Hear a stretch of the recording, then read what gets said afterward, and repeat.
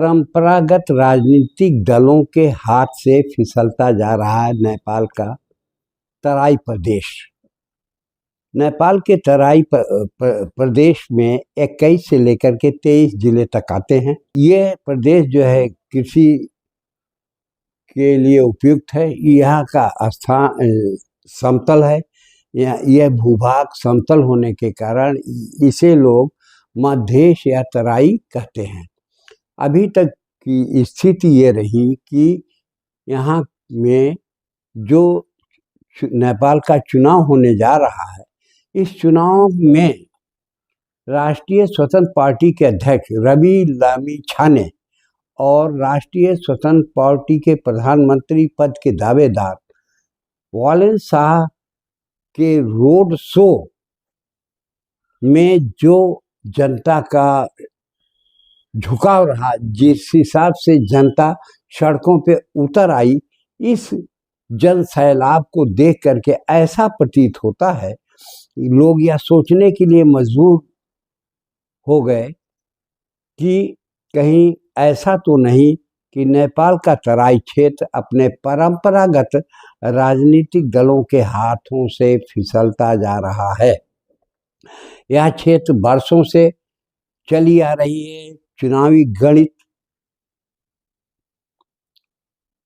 में कोई नया मोड़ तो लेने नहीं जा रहा है।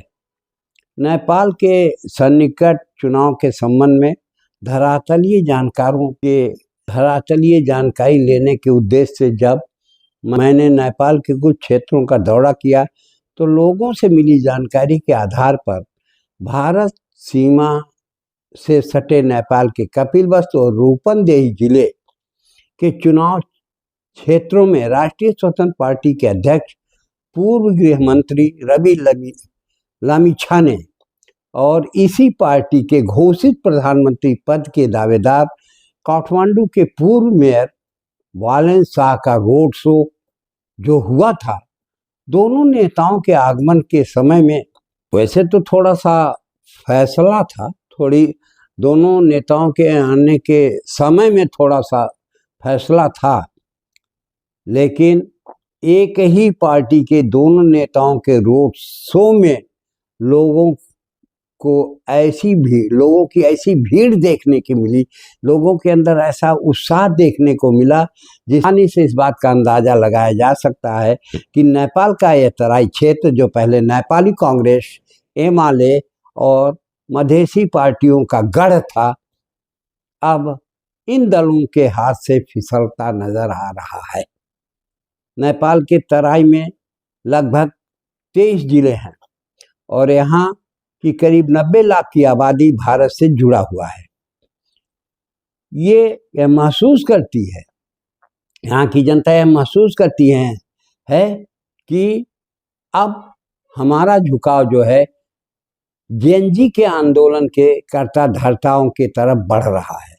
कहीं यह दो दृष्टि से हो सकता है। पहला यह, चूंकि बच्चे पुराने दलों से हट करके जेएनजी के आंदोलन के तरफ अग्रसर हुए हैं, अब उनको जेएनजी के तरफ से जाने से रोकने के लिए पुराने बुजुर्ग पहल ना करके कहीं उन बच्चों के आंदोलन के साथ ही गुपचुप तरीके से कदम तो नहीं मिला रहे हैं। ऐसे में इस क्षेत्र के वोटरों में से कुछ परंपरागत पुरानी पार्टियों को छोड़कर एक नई पार्टी जिसका उदय पिछले चुनाव में ही हुआ है, उसकी तरफ रुख करना इस बात का संकेत देता है कि आने वाले भविष्य में कुछ ना कुछ बदलाव होगा। वैसे नेपाल के पूर्व गृह मंत्री रवि लामिछाने एक टीवी शो के जरिए नेपाल में जो है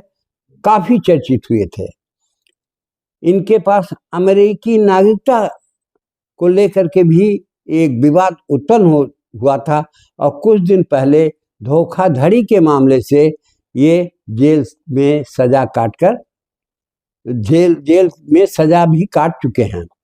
भारत सीमा से सटे नेपाल के चुनाव क्षेत्र में रवि लामिछाने ने लोगों से अपील की है कि वे धर्म के नाम पर राजनीति करने वालों को इग्नोर करें, उनसे अपना नाता तोड़ लें। वहीं पार्टी के प्रधानमंत्री पद के दावेदार वालेंस शाह अपने रोड शो में मंदिरों का दर्शन करने से भी नहीं चूकते। शुक्रवार को जब ये रूपंदेही और कपिलवस्तु जिलों में थे तो यहाँ के प्रसिद्ध परचाई माँ के मंदिर में अपना रोड शो प्रारंभ किया। रोड शो में वालेंस शाह का हाव भाव कुछ इस प्रकार से दिखाई देता था मानो चुनाव नतीजे आ गए हैं और वे नेपाल के प्रधानमंत्री बनने जा रहे हैं। इसके पीछे इनके रोड शो में उमड़ा जल सैलाब था। हालांकि चुनावी सभाओं में उमड़े चुनावी नतीजों का पैमाना नहीं होता। चुनावी सभाओं में जितने लोग जाते हैं उनसे उनका आकलन करके आप किसी चुनाव परिणाम की घोषणा नहीं कर सकते हैं। अक्सर मतदान के दिन भी वोटरों का मूड बदल जाता है। वे अपना वोट जो कुछ दिन पहले किसी दूसरे दल को देने को तैयार रहते हैं, ऐन चुनाव के ऐन वक्त पर वे अपना इरादा बदल देते हैं। इसके बावजूद इस चुनाव में रवि छाने की पार्टी का जैसा जोर दिख रहा है उससे चुनाव परिणाम का रुख किसी भी करवट बैठ सकता है। नेपाल में एक राजनीतिक समीक्षक का कहना है कि फिलहाल राष्ट्रीय स्वतंत्र पार्टी को इस चुनाव में कम आंकना सच्चाई से मुंह मोड़ने के बराबर होगा। नेपाल से परमात्मा प्रसाद उपाध्याय की रिपोर्ट, नेशनल अड्डा के लिए।